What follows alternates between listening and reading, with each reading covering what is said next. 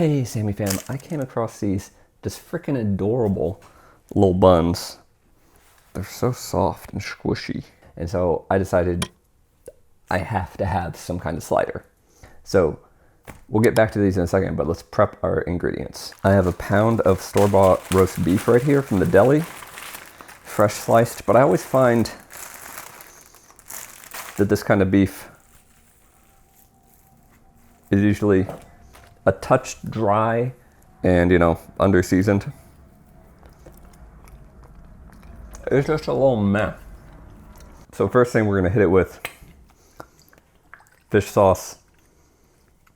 That's your savoriness, umami, liquid smoke, Worcestershire, yeah. Mayonnaise, crushed garlic, and a little bit of Grey Poupon Dijon. Give this a little mixy doodle.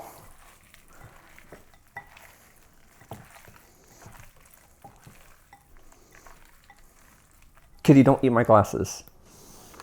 Jesus Christ.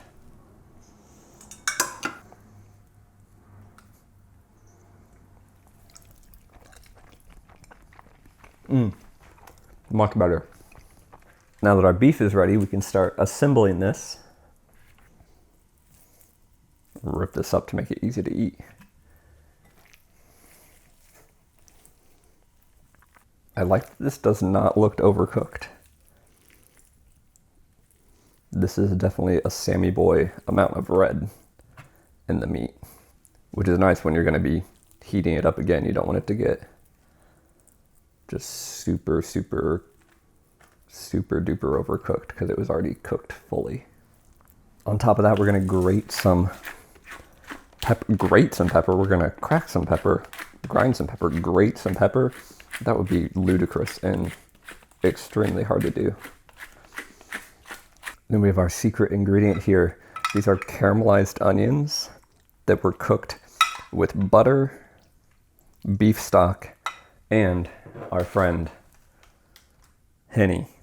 So the Hennessy adds like a little bit of sweetness, a little bit of smoothness, a little bit of complexity to it. I really like it. If you aren't a fan of that flavor, just cook your onions in beef stock.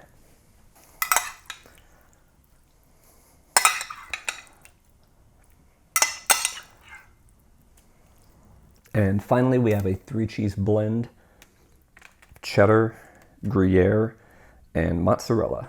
I made this blend myself. Well, I didn't manufacture the cheese, but I, purchased block cheeses, shredded them, and mixed them in what I thought was a good ratio. Let's put our tops back on.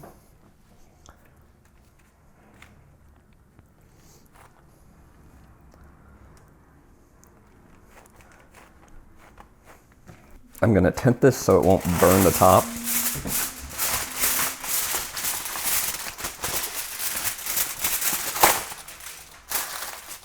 We'll put this in a 350-degree oven. Okay, so our sliders are ready.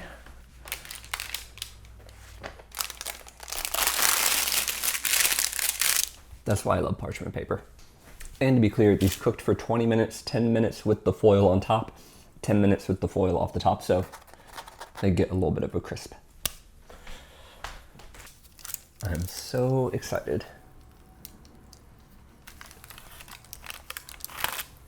Ooh, meaty, cheesy, oniony, petite.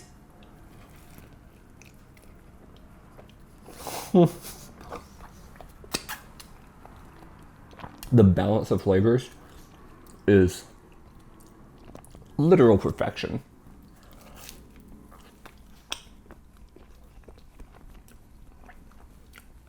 This doesn't look like anything fancy, but it tastes like 5-star French restaurant or something. The slight sweetness of these potato buns, the savory beef, That cheese blend with the Gruyere in there. Gruyere for the flavor, cheddar for the sharpness, mozzarella for the meltiness. The little bit of mustard we mixed in with the beef, and the onions, the cognac beef stock onions.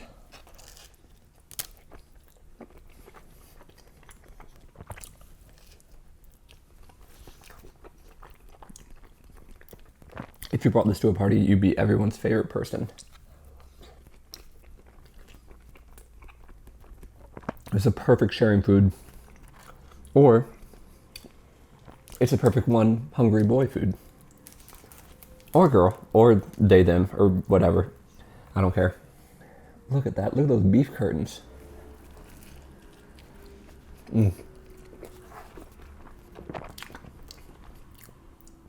I'm so glad I gave into my desire today to make sliders. I was worried it would be too basic of a meal maybe, but when you take something basic and you make it with good ingredients and good technique, it's amazing. Those might actually be my favorite foods, you know, simple things done very well. So you can get really far in cooking just by buying the right ingredients.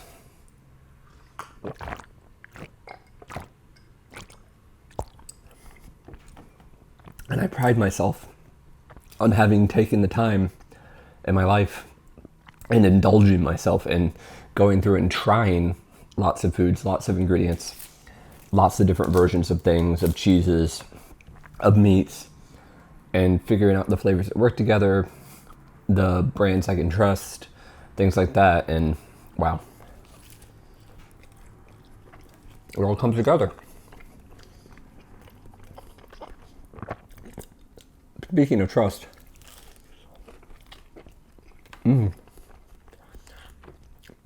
you guys get spam phone calls? I get spam phone calls all the time. And you know how they take like your home area code and they make up fake numbers to call you from that area code, so you think like, oh, maybe it's someone I know. I don't know anybody from my hometown, but I keep my number. I love it. Over 1,000 miles away now. So I always know when I get one of those calls, it's either like your parents have been in an accident or it's a spam call. It's always been a spam call so far. But so I got 2 in a row, which is rare. They usually don't try to call twice in a row. So I picked up the second call, and I picked up and someone said, my dad's name. And that in itself doesn't mean it's a real call. Because I get calls all the time for my mom trying to scam her. So it's like, oh, this is the first one for my dad, but still think it's a scam.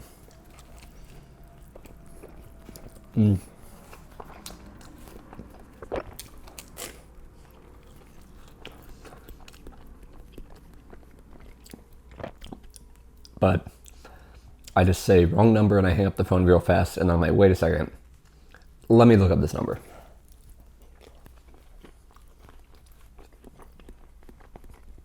It wasn't your typical spam call sound where it's usually like someone with a heavy accent, or you can hear like a call center in the background, something like that. It just sounded like an elderly man. But times are hard. Maybe elderly men are getting into scamming too.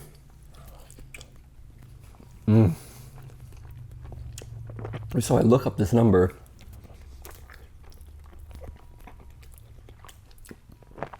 and it has all these complete results, address, full name, and I realized, oh, this is the husband of my brother's 2nd or 3rd grade teacher. I don't remember.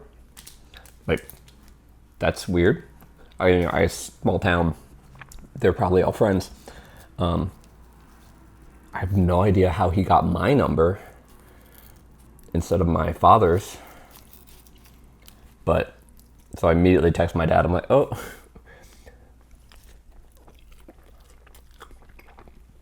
You might want to call this person back. I thought they were a scam, so I hung up on them. But I'm so glad I didn't do my customary greeting to scam people, which is like, fuck off. Or fuck off, take me off your list. Since it is actually a neighbor or something of my parents. Oops.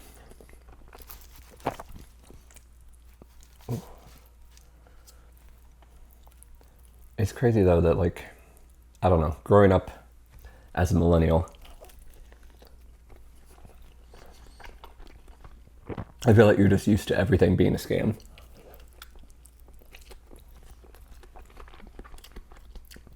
I mean, it seems like literally everything in the world is built to take advantage of us, so we're not very trusting people. Which it makes sense that, like, our parents would be more trusting and open to getting scammed by things over the phone, because in general, for a lot of older Americans, things just like worked out for them all the time. They got cheap education, cheap houses, well-paying jobs. And now none of that exists anymore. So crazy. Buy out these delicious sliders. I do feel really guilty about these sliders though, because I make this type of onions a lot, but I usually just do like a very overly flavorful beef stock to cook with the onions in by making like better than bouillon. The, like, it's not a bouillon cube, it's just bouillon like paste, and I'll make an overpowered stock with that and then cook the onions in it, and they turn out great. But today I was like, you know what, onions with the bouillon and the Hennessy really set it over the top, make it taste like a French onion soup. So I cooked that up. I offer my wife a taste. She pretends to like it. I can tell when she's pretending to like something. So I say, oh, I'm sorry, I'll make them the other way from now on when I'm making them for both of us. But that's not the bad part. The bad part is that apparently the smell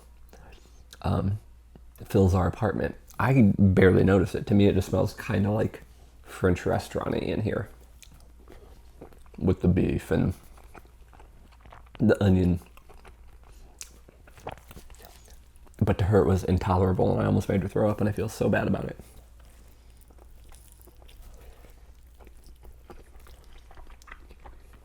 But her nose is much more powerful than mine. This really makes me wonder, how is she married to me?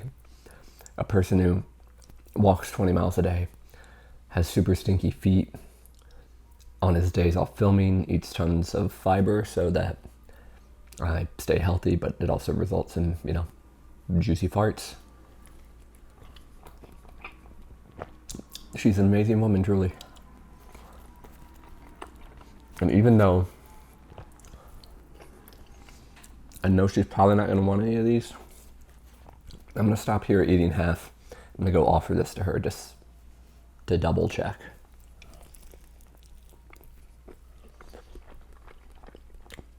Because I don't want to be rude. And I really do think this tastes just superb, fantastic, insane. So juicy. Thank you guys all for watching. Love you very much. Thank you for all the support in this trying time as I try to heal my elbow. It's about as far as I can get it right now. If I warm it up, I can get it further, but it hurts a lot. Keep working on that. And I'll see you guys next time.